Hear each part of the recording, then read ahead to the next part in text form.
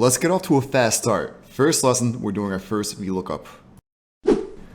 Let's start off with an example. Here you can see we have a table with a bunch of dog names along with their breeds in the second column. I'm curious to know which breed is Josie. Let's solve this by creating our first VLOOKUP. By the way, this is the input box. It helps you decide which inputs you should be using. We want to look up Josie, and we're going to be looking this up in the range to the left. The column of breed is in the second column, false for exact match. This results in wiener dog, which looks pretty good to me. Now, if that didn't make that much sense, don't worry, we're going to explain everything. Here are the inputs we use to make any VLOOKUP. First input is the lookup value. This is what we're looking for in our table. Second input is table array.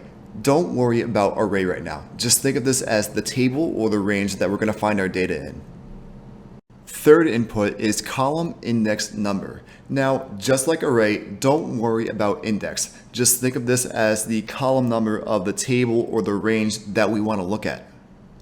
Our fourth and final input is called range lookup. Just for the time being, while we're still getting our feet wet, we want to set this to 0 or false so we can have an exact match.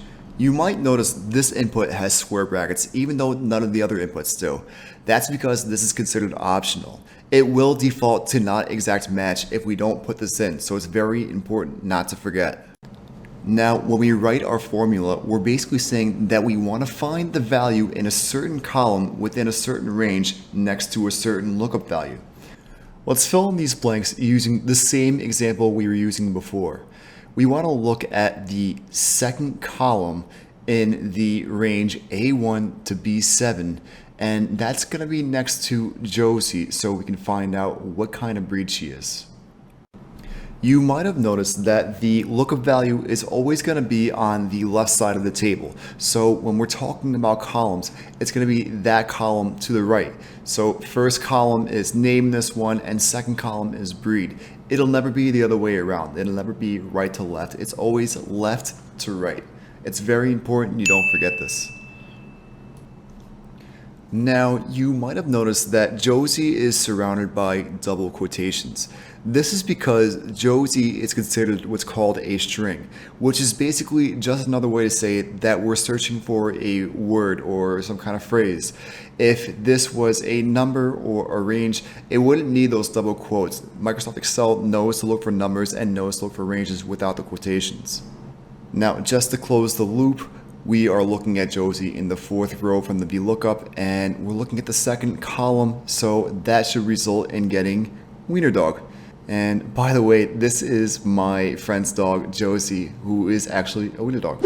Now, if you draw blanks sometimes, you can always go to your formulas tab, and from there, click on insert function. You can type in VLOOKUP and then click go, and from there, click OK.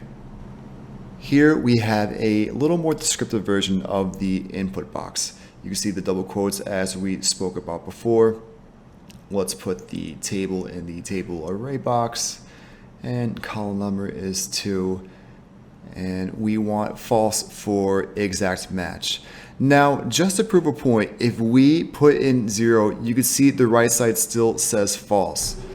Other fields here include the expected output, which we know is wiener dog. This shows you what the function should be doing as a whole, and this one shows you a little more extended description of the input that you're looking at.